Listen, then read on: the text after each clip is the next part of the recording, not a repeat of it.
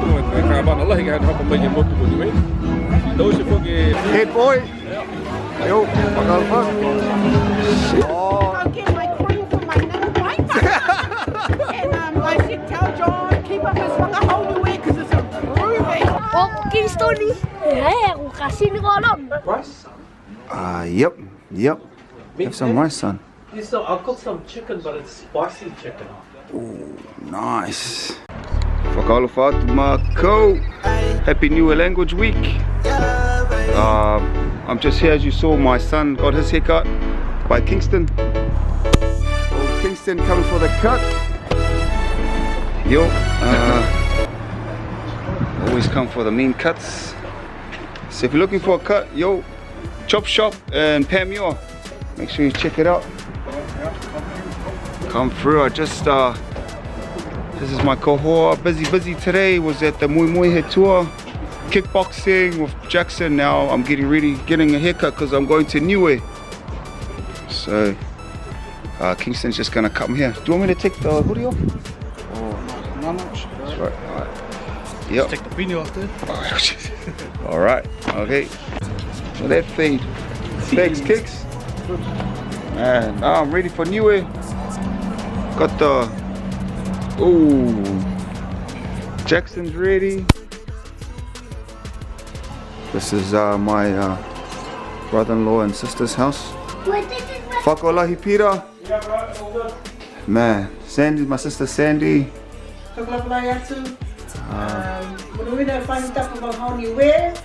Mum, John, Danielle, all the kids have a good trip. Oh, and Hayden, have a good trip up to Niue. You're so lucky. Everyone staying home is so jealous. Wish we could be there. Whakaoe. Whai kupu malo for Niue Language Week. Niue Language Week. Whakalawha atu. Niue ne whahitapu wahau Niue. Tu mau e wangahau mo e anga motu hata tōru Niue. Unuina. Whakaoe. Whakalawha atu mākou. Ko I whale kaloa. Sup peeps, I'm in the pack and save now. We're going to Niue tomorrow. So I'm just trying to get some fruits. It's in the fruit store.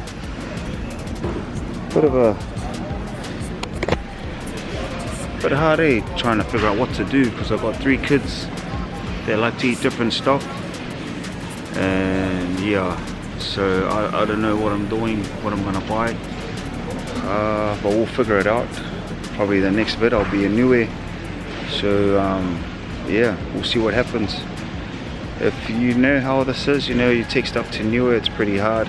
If you don't go often, we haven't been back since 2019, I think, or 18. So it's a bit of a, see what happens. But all good. Hope you guys are good. Kia monuina. Whakalofa atu mākou. I'm at the airport now. We were on our way to check in, but the lady said have to get this wrapped. And then we, as we're going to get it wrapped, Niue, one of the matuas came and said, "Brother, you Niuean?" Yeah. And he wrapped up for us. Tohi Lima was his name, and his daughter Tisi. So shout out to Tohi Lima and Tisi, man, they just did it, 5 minutes, boom. Just like that. Hopefully I can get him as I get out of this checkout. I'm tired, man, only had like maybe 2-3 hours sleep. But all good, alright. Yeah. Oh, my name's Cici Tonu and I'm from Likuhakupu. Whakaoe. Tisi helped me, okay, koe kia. Tisi was the one that helped me wrap the box. So whakolahi Tisi, remember that, eh? Okay, koe kia. We're just in the line here, and packed in New Zealand. Hiya. Whakalofa atu, wahingo haku o Napoleon. Nufu I Hamiltoni, New Zealand. Going back home for holiday. Hopefully that we're all going to enjoy it. You know. Good luck and have a nice Christmas this year. Napoleon. If you guys don't know, he sings the famous song Never. Famous song. But there's another song before that one. Yeah. But I never said. But the new one coming out is another one. It's much better. Okay. You know, the other one is much better. The new one coming The new one, but it didn't finish. Oh, Somebody take it out. Like all the other ones were ready to come out. It didn't happen. Too bad. So maybe it's never meant to be. Hey. Maybe the Lord says, your time is up. You're too old now. Go and have a mohe. Have a mohe. You're too old now, old fella. Hey, you looking good. Thank you, bro. Right, thank you, no problem. Can I speak? And that's the taro. Whoa. Whakolahi, Mom. We hoko a motolo ki Niue si. Look at that. Man. What, Ed? We got some hahave for new talo unga mai. Where's your plate? Hunger. What does hunger mean? We just got Hungry, right. Kalo fatu. Tamai al Julie. Ke kaya mautolo. Tamai afi nei. Man. Julie just came and dropped us off some of this. Sorry, Julie, for putting you on the spot. Everyone's going to expect this from you now, but this is what we got. Man. And got some lamb from home. We're just going to fry up 2 pieces of lamb up now. Dinner?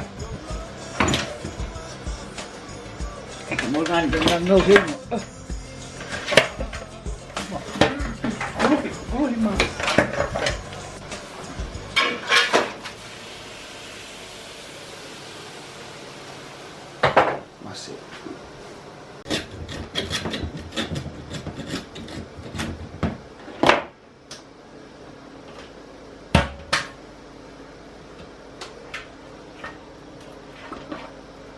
Man, this simala was grown by my mom's neighbor.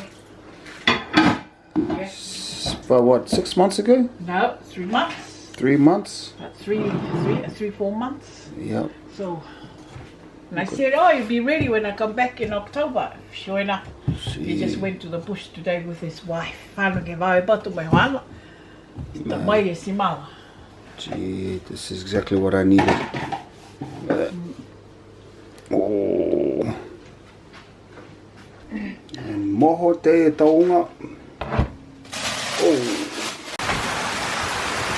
Pongi pongi atu. This is the morning of the Pulefakamotu. It's the 19th, the Niue.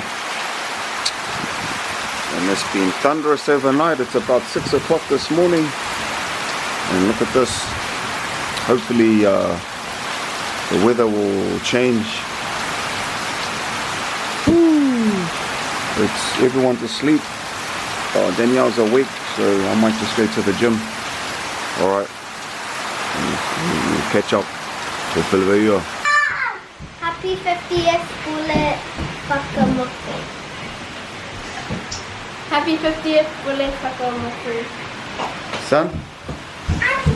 Happy 50th. Whakaoe. We all ready to go? Yeah. Yeah. But the rain. If you look outside, still raining. This is 3 hours later. Come on, atua. Wakamonuina ke kau se tauha. Yeah, sipi. Here we got Hayden cutting up the coconut for the kids. This coconut was just from the tree. And now the kids are excited. Whiwhilahi a tau tamahaku ke inu e fuaniu. Again, we're just doing some things before we go to the Pulefakamotu. Whakalofa tu makau, kuau I whale wakalele. Ko e 50th Pulefakamotu, e aho nei, aho whai umu. Man, tō taha e uha e pungpung nei, but it's like it's clearing up. What's up, peeps? I'm here at the 50th Pulefakamotu celebrations. O mai tuai a mautonga. Ko e Hawani, Harry, Andy Lee Jackson. Yeah, it's a wonderful day. People still coming in, kamata hola taha. But you have to get here at hafa hongafuluma taha, because they're going to buy a hala. They're going to close the roads from 11:30 to 12. So we're here early. Ko hongafuluma taha e tula. So we're just here, sitting, waiting. We heard there's going to be free food and free, but we'll probably be gone by that because it might be in like a couple of hours. But yeah, if you look around, it's pretty packed. Look at the people.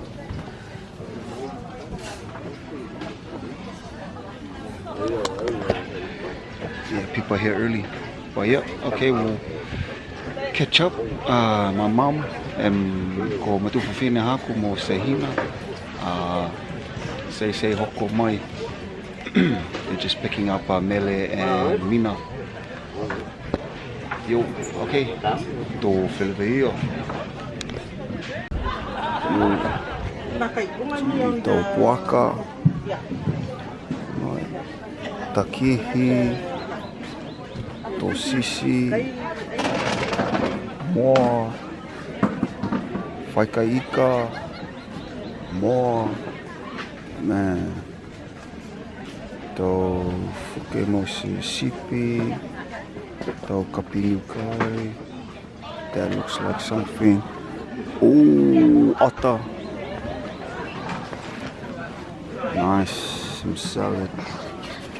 Whaikaika. Yeah. Yeah, Fuetau Lango. Yeah, this is just a backup, my friend. Oh, backup, yeah. Yeah. So this is just a backup. Ko hai e hingoa hao? Molly. Tune kai? No. I'm from Auckland. Oh, si. Hau ke lang matai eh? Just helping. Oi, taki. Got Molly here. Mai ke o. Wako e ma Molly. To Sisi, more. To Sisi, more. Man. To taha. Oh. Man, tō tā furuala. Man, tō talo. Tamakotonga. Avesele. Man. Avesele. Vaea. Longa tō Ponopovi. Hakupu. Hakupu. Liku. Man. La Kepa, shout out to La Kepa, Mutalo, man, Toe, haya, taha kapisinga haku ko pule tongia tama, whelewei, whawhau sino, pungpung nei, Toe, hiko tawake, Ian Hipa, Namakulu, Tulei, Tuapa, Bevan Cook, Makefu, Turning Tohovaka, Alofi Takalo, Ko, Makaheke. Oh man. And Alofi Tonga. Alofi Tonga. Julie, Ko Fale Fau. Man, that's packed. Look at that. No one here manning it. That's how good the security is here. How safe. No one's trying to steal this stuff. But shit. Bam.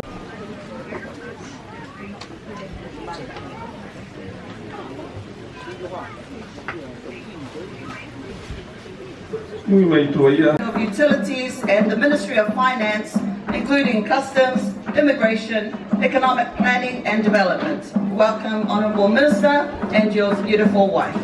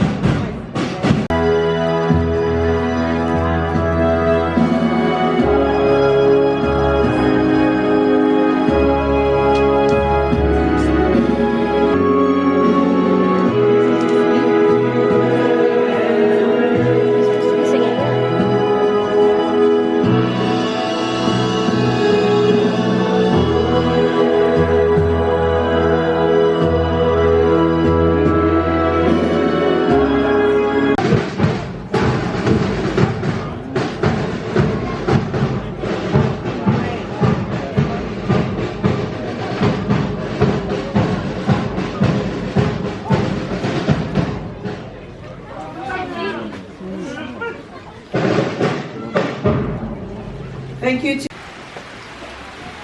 Pagawelahi malilifu kaamana haniwe kua whakaratahae mo tautou. Koe tui hukui he patuiki ko siare ke tua.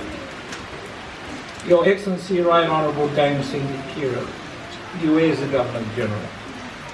Indeed, we are honoured to be graced by your presence and your delegation.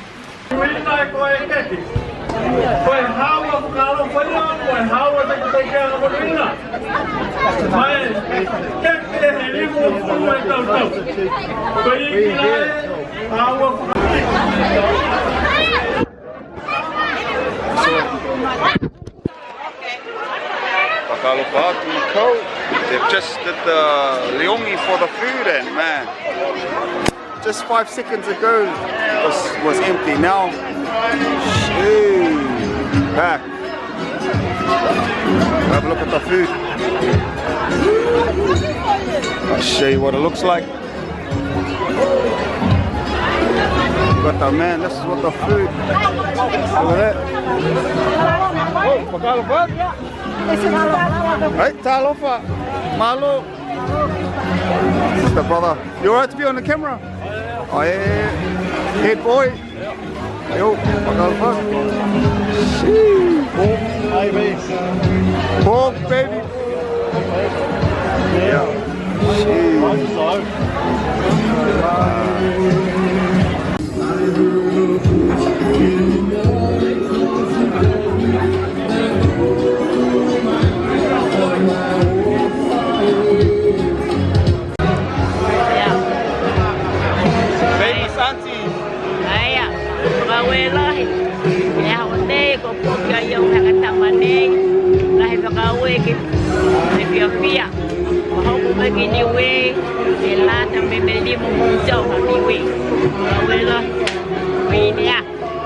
Thank you for the day. ready for the entertainment portion of our program.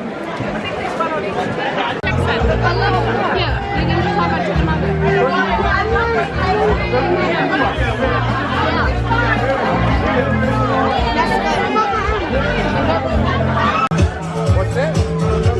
Oh, God.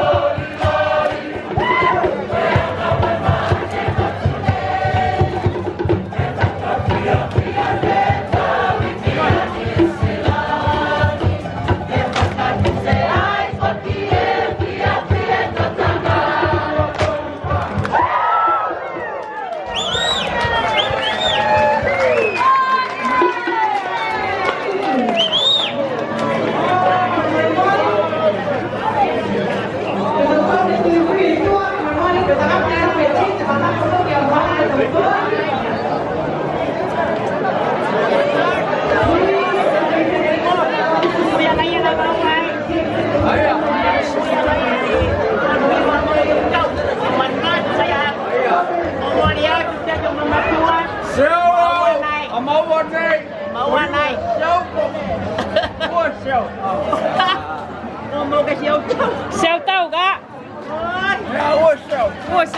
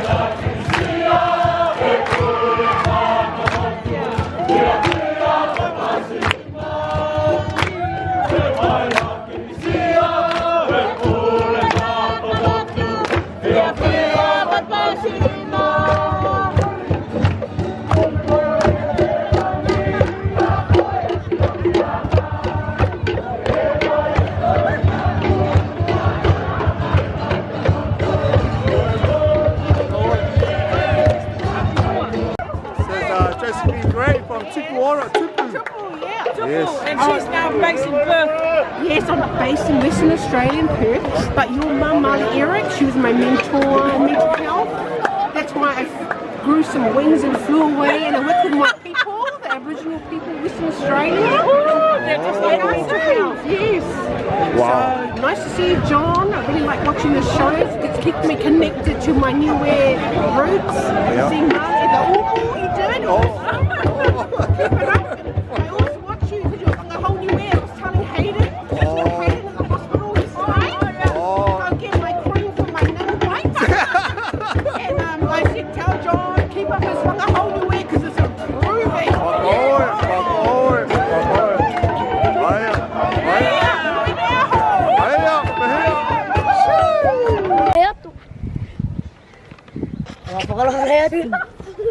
Whakawhalaia ke inga hake ka tima whita whita. Na whau I niwe. Hawa mangi ka amsele. Ai me. O Kingstoni. Hei, aku kasih ni kolom. Oi.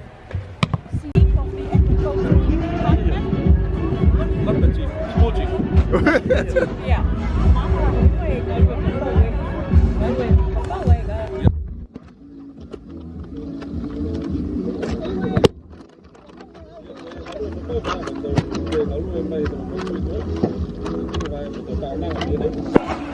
Cái lát tới phụ hiện tao rồi phụ tô rồi tập từ nó nuôi ra về phá phá mà tụi mình tôi cái phó cái tung là cả bạn nó là cái họ cũng bây giờ một tụi mình đâu sẽ phó cái hoa phó mua thì cái phó mua tụi phi tụi mua lúc là được là phó cái pha để tô rồi một tụi mình thì bảo huyên này nó nuôi phó cái ta hà tao mà như vậy thì tụi nó bút mà nó vui tao tao rồi cái xe măng cái bố tụi tao tao giờ phụ cái này mà nó nuôi nó bảo cái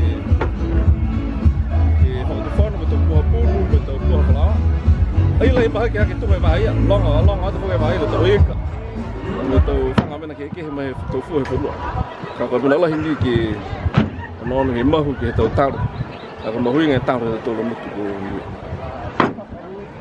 tụi me puhi niu koe puhi niu kilikiki ia. That's good. Koe puhi niu kilikiki ia. Ka kilikiki tōna mas e maanga. Koe fuaki e puhi niu he tōna ngā mai ke pere kilikiki. Oh. I can help you.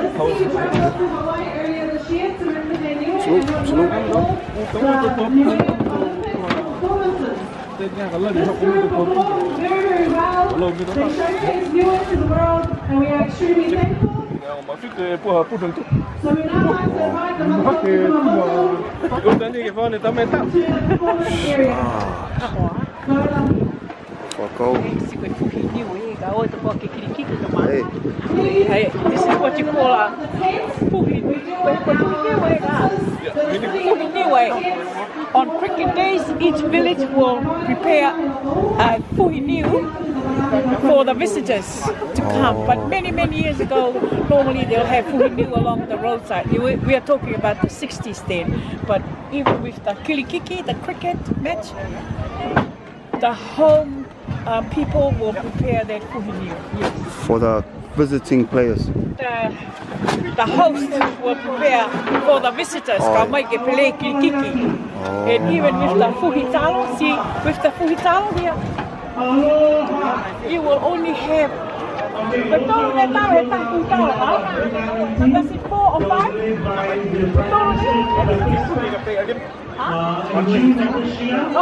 See, see, if it's a ngalue hifiulu, it'll be 5 taros in one of these. This is what they call fuhitalo.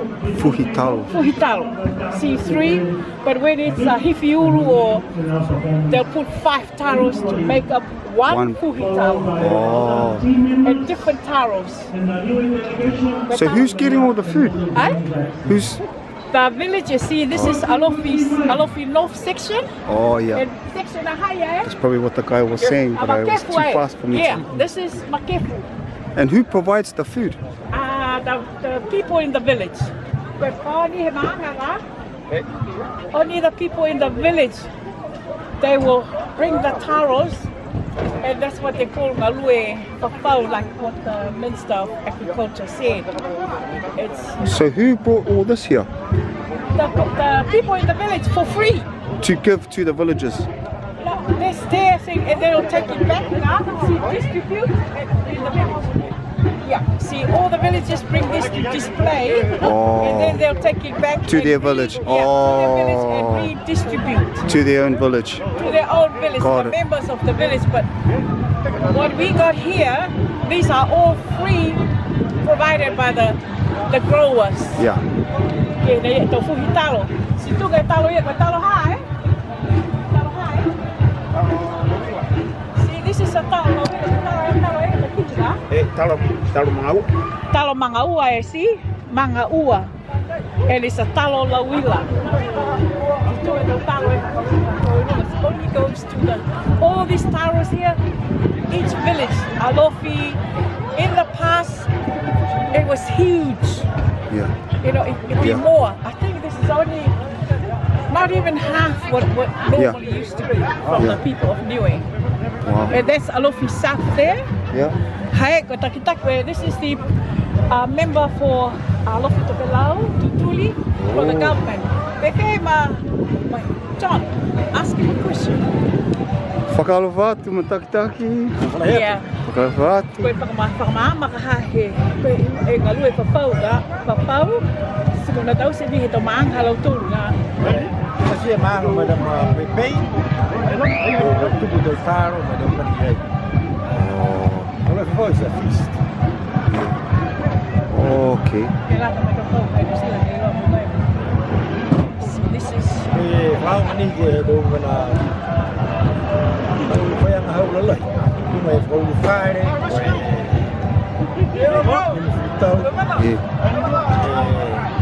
Kau se boleh foto.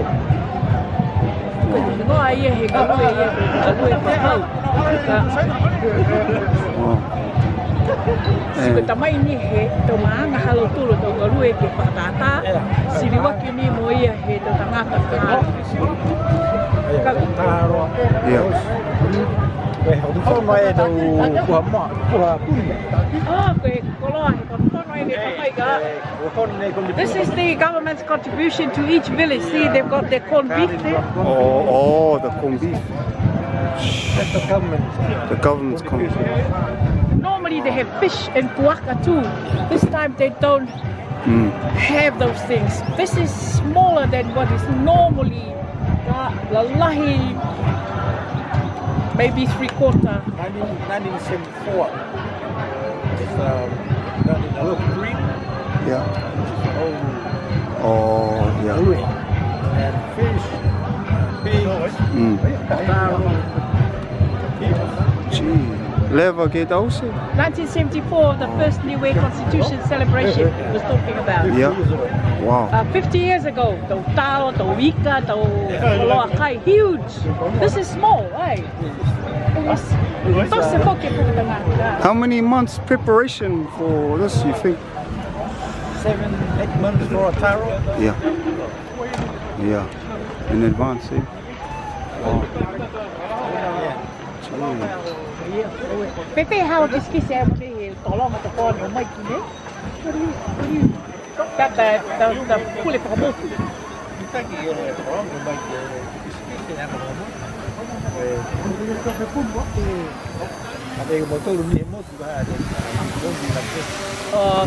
It's nice having visitors. Pulefakamotu. Wow. Yeah. So there you go. This is what you call a Niue papau. Yeah, Niue fafau. Yeah, for special occasions, not just a little family Niue. Yeah. Yeah, and that's special too to the from hair cutting or earpiecing in Niue. Yeah. Special occasion like opening or placing of a new church building. Yeah. And 50 years. Yeah. You don't do this very often. Yeah. Hair cutting or earpiecing. Yeah. Yeah.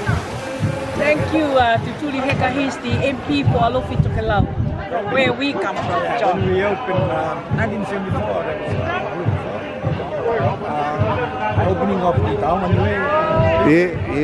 The opening of the Pulefakamotu. Yeah. And yeah. Yeah. Gee. Tutuli. Tutuli Heka. Heka. Tutuli Yeah, Heka. MP for Alofi Tokelau. Yeah. Tutuli Heka. Man. Oh. Whakau e. Whakilao. Yo, okay, maha ko sefet, mai alofi, Pulefakamotu fa, mana kuang he lumful tau, olai fifia, mabuing e ao,